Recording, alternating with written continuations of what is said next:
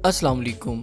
Kidney stones, जिन्हें नेफ्रोलिथाइसिस या यूरोलिथाइसिस भी कहा जाता है, हमारी किडनीज में मुख्तलिफ मिनरल्स और साल्ट्स के जमा होने से पैदा होते हैं।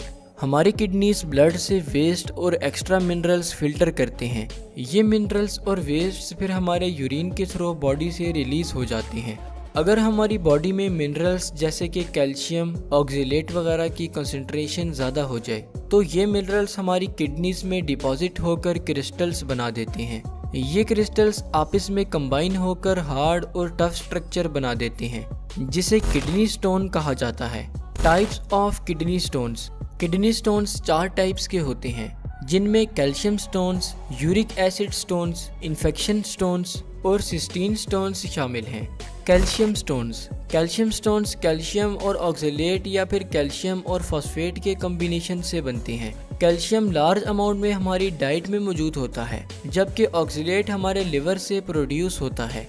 ये सब्सटेंसेस किडनी में डिपॉजिट हो जाते हैं और आपस में कंबाइन होकर कैल्शियम स्टोन्स बना देते हैं। Uric acid stones. अगर हमारे ब्लड में यूरिक एसिड की कंसंट्रेशन हाई हो जाए तो इससे यूरिक एसिड किडनीज में डिपॉजिट होने लग जाते हैं, जो यूरिक एसिड स्टोन्स की वजह बनता है। Infection stones.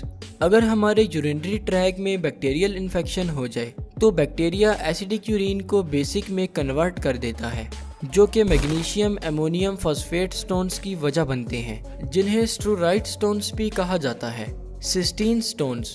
सिस्टीन स्टोन्स अक्सर उन लोगों में बनते हैं जिन्हें रेयर हेरिडिटरी कंडीशंस हों, जिसे सिस्टीनूरिया भी कहा जाता है। सिस्टीनूरिया के पेशेंट्स में किडनी सिस्टीन अमाइनो एसिड्स को यूरिन से रीअब्सॉर्ब नहीं कर पाते और सिस्टीन किडनीज में डिपॉजिट होकर सिस्टीन स्टोन्स बना देते हैं। ऐसे लोग जिन्हें सिस्टीनूरिया हो, उनकी किडनीज में सिस्टीन की डिपोजिशन पैदाइश से ही शुरू हो जाती है। Causes of kidney stones. Kidney stones की कोई एक स्पेसिफिक कॉज नहीं है, अलबत्ता कुछ रिस्क फैक्टर्स जो किडनी स्टोन्स की वजह बनते हैं, उनमें डिहाइड्रेशन यानी कि बॉडी में वाटर की कमी हो जाना। ऐसी कंडीशन में हमारा ब्लड विस्कस यानी कि थिक हो जाता है और किडनीज से मिनरल्स फिल्टर नहीं हो पाते, जबकि मिनरल्स किडनीज में डिपॉजिट होने लग जाते हैं, जिससे किडनी स्टोन्स के चांसेस बढ़ जाते हैं। अगर हमारी डाइट में प्रोटीन्स, शुगर्स और साल्ट्स जैसे कि सोडियम वगैरह की कंसंट्रेशन ज़्यादा हो तो ये हमारी किडनीज में कैल्शियम और यूरिक एसिड स्टोन्स की वजह बन सकते हैं।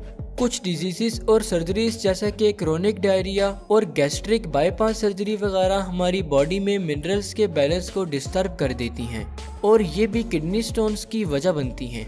इसी तरह कुछ मेडिसिन जैसा कि कैल्शियम बेस्ड एंटासिड्स और विटामिन सी और विटामिन डी वगैरह, जो माइग्रेन जैसी कंडीशन को ट्रीट करने के लिए प्रिस्क्राइब की जाती हैं, ये मेडिसिन भी किडनी स्टोन्स की वजह बन सकती हैं।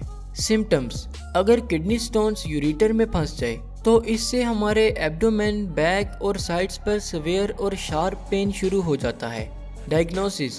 किडनी स्टोन्स को ज़्यादातर ब्लड और यूरिन टेस्ट के थ्रू डायग्नोस किया जाता है और किडनी स्टोन्स की एनालिसिस से ये पता किया जा सकता है कि कौन से मिनरल स्टोन फॉर्मेशन कर रहे हैं।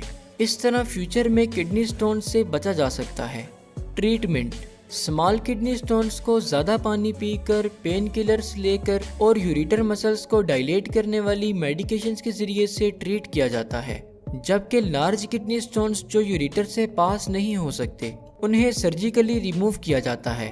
कुछ सर्जिकल प्रोसीजर्स जिनसे किडनी स्टोन्स को रिमूव किया जाता है, उनमें extracorporeal shock wave lithotripsy, nephrolithotomy, ureteroscopy और पैराथायरॉयड ग्लैंड सर्जरी शामिल हैं।